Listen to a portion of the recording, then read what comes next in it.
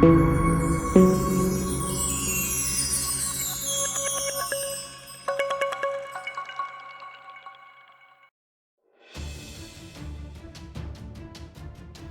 Camilo de Leslie nació el 25 de mayo de 1550 en Buglianico, cerca de Chieti, región de los Abruzos, Italia. Su madre era sexagenaria cuando dio a luz a Camilo. Fue un adolescente rebelde y apasionado de los juegos de azar, situación que le generó graves contratiempos. Era alto de estatura para la época, hijo de un militar, Juan de Leslie. Elige esa misma profesión. Se enroló en el ejército veneciano para luchar contra los turcos, pero pronto contrajo una enfermedad en la pierna que le hizo sufrir toda la vida.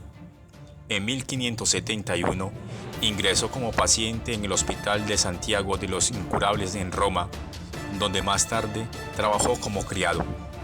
9 meses después fue despedido a causa de su temperamento revoltoso y por su adicción al juego.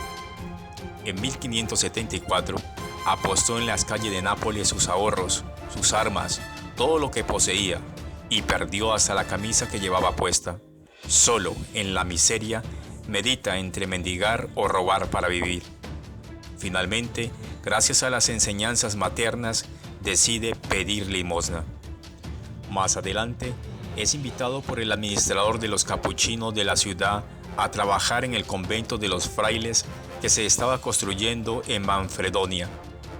Una reflexión espiritual de guardián del convento lo llevó a una profunda conversión.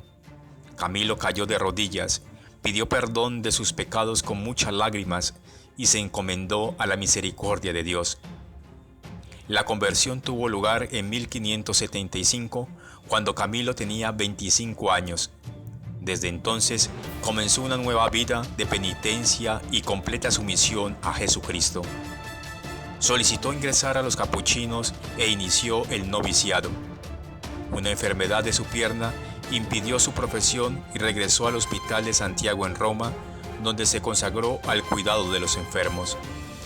A la edad de 30 años, decide hacerse sacerdote e ingresa en el Colegio Romano, ahora Universidad Gregoriana, para iniciar los estudios eclesiásticos. A pesar de la burla de sus jóvenes compañeros, que le discriminaban porque lo encontraban demasiado viejo para decidirse por el sacerdocio. Sacerdote el 26 de mayo de 1584, con el consejo de sus amigos, entre ellos su guía espiritual, San Felipe Neri. Tenía entonces 32 años y empezó el estudio de latín en el Colegio Jesuita en Roma. Él estableció luego su orden, los Padres de la Buena Muerte, en 1584, y obliga a los miembros por voto para dedicarse a los afectados por epidemia. Su trabajo no fue restringido a los hospitales, sino que incluyó el cuidado de los enfermos en sus hogares. El Papa Sisto V confirmó la congregación en 1586 y ordenó que debería haber una elección de superior general cada 3 años. Camilo fue naturalmente el primero y fue sucedido por un inglés llamado Roger. 2 años después, fue establecida una casa en Nápoles y allí 2 de la comunidad ganaron la gloria de ser los primeros mártires de la caridad de la congregación. Murieron en la flota que estaba en cuarentena fuera del puerto y que había visitado para cuidar enfermos.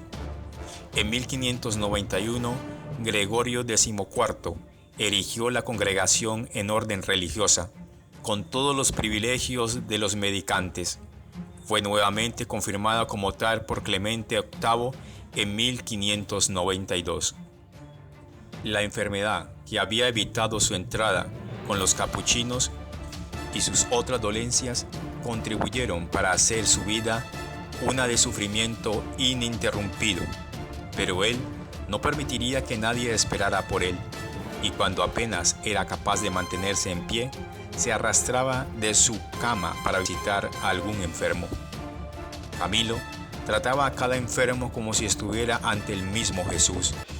Con sus mejores colaboradores, fundó la Orden de los Ministros de los Enfermos, religiosos Camilos, el 8 de diciembre de 1591. Murió en Roma el 14 de julio de 1614, a la edad de 64 años.